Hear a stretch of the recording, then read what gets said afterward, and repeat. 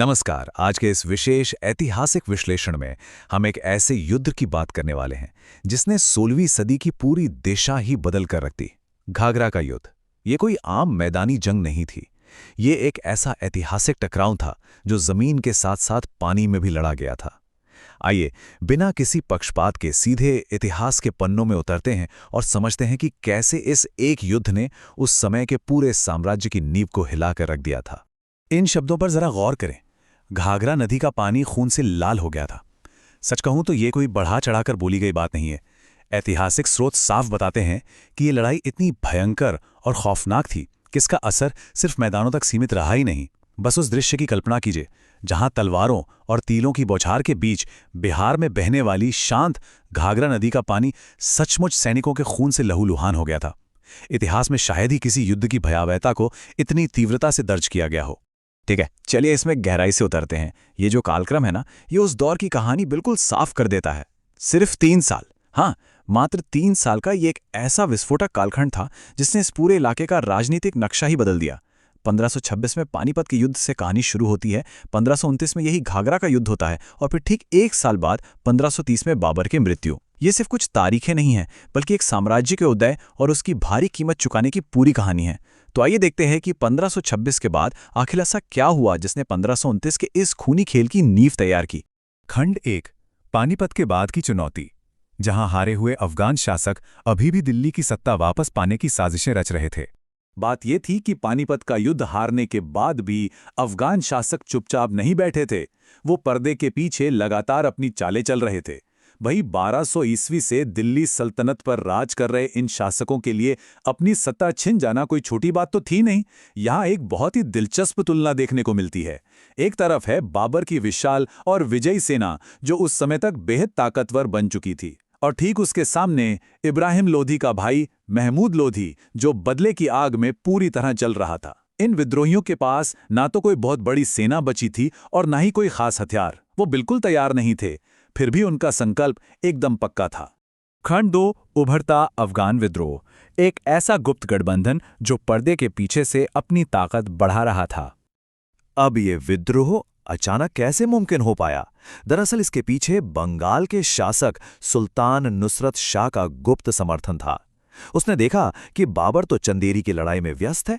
बस इसी मौके का फायदा उठाकर विद्रोहियों ने अवध में कोहराम मचाना शुरू कर दिया। लेकिन जैसे ही बाबर चंदेरी से फ्री हुआ, उसे इस पूरी साजिश की भनक लग गई। और फिर उसका जवाब कितना तेज था। पहला कदम, उसने तुरंत अपनी सेना मोड़ी और सीधे अवध की तरफ रुख करके पूरे लखनऊ को वापस जीत लिया। दूसरा कदम, विद्रोही वहां से भागकर बनारस तक पहुंच गए थे, तो सेना ने बिना रुके बनारस की ओर कूच कर दिया। और अंत में तीसरा कदम, दुश्मनों का पीछा करते करते बाबर की सेना बिहार में घाघरा नदी के किनारे पहुंच गई, जहां अब एक बड़ा टकराव होना बिल्कुल तय था। खंड 3, खून से लथपथ नदी युद्ध। वो दिन आ ही गया, 6 मई 1529, जब ये ऐतिहासिक टकराव हुआ। 6 मई 1529 का दिन। दोनों सेनाएं आमने सामने खड़ी थी। महमूद लोधी ने सोचा कि लगातार युद्ध लड़कर बाबर की सेना थक चुकी होगी, इसलिए उसने बिना किसी ठोस तैयारी के सीधा धावा बोल दिया। लेकिन ये लड़ाई सिर्फ नदी के किनारों तक सीमित नहीं रही। जब हमला बहुत तेज हो गया तो विद्रोही अपनी जान बचाने के लिए घाघरा नदी के गहरे पानी में कूदने लगे। और बात यहीं खत्म नहीं हुई। बाबर के सैनिक भी उन्हें छोड़ने वाले नहीं थे। वो भी उनसे लड़ने के लिए सीधे पानी में उतर गए। जरा सोचिए इस जलथल युद्ध के बारे में। नावों पर भयंकर हाथापाई हो रही है। सैनिक पानी के भीतर एक दूसरे से लड़ रहे हैं। 16वीं सदी में नाव पर लड़ा गया ऐसा युद्ध सच में बेहद दुर्लभ और खूंखार था। अंत में इस भीषण मारकाट में विद्रोहियों को बहुत भारी नुकसान हुआ, और जो चंद लोग बचे वो अपनी जान बचाकर बंगाल की तरफ भाग निकले। खंड 4, संधियां और बंगाल का समर्पण। खून खराबे के बाद अब कूटनीति की बारी थी। महमूद लोधी एक बार फिर छुपने के लिए बंगाल भाग गया था, लेकिन बाबर के तेज तर्रार गुप्तचरों ने उसे वहां भी ढूंढ निकाला। पर यहां बाबर ने एक समझदारी भरा कदम उठाया।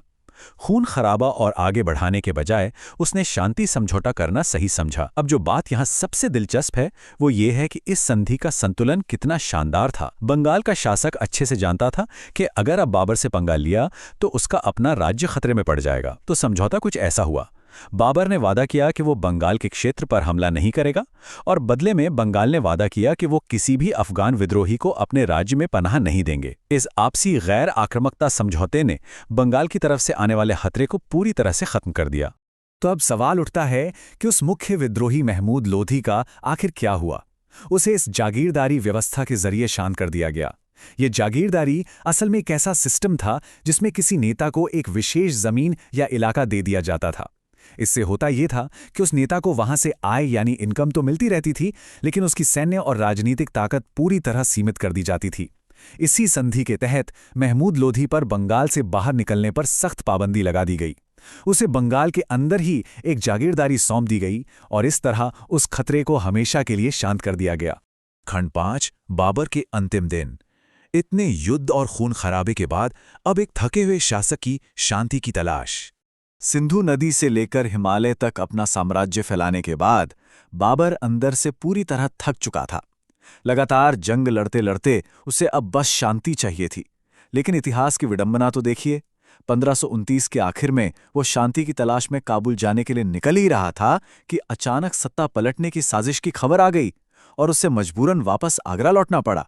अपनी बिगड़ती सेहत और साम्राज्य की सुरक्षा को देखते हुए 1530 में उसने हुमायूं को अपना उत्तराधिकारी बना दिया और इस बड़े फैसले के महज कुछ ही दिन बाद 26 दिसंबर 1530 को बाबर ने हमेशा के लिए अपनी आंखें मूंद लीं।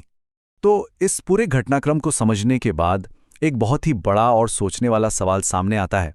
अगर बाबर ने ये अंतिम थका देने वाला घाघरा का जल थल युद्ध नहीं लड़ा होता तो क्या मुगल साम्राज्य अपने शुरुआती दिनों में ही ताश के पत्तों की तरह बिखर नहीं जाता?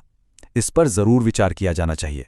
यह हमें सोचने पर मजबूर करता है कि किसी भी बड़े साम्राज्य की शुरुआती नींव कितनी हिंसक, कितनी नाजुक और कितनी अनिश्चित होती है। आज के इस विश्लेषण में हमारे साथ जुड़ने के लिए बहुत बहुत धन्यवाद। उम्मीद है ये सफर ज्ञानवर्धक रहा होगा।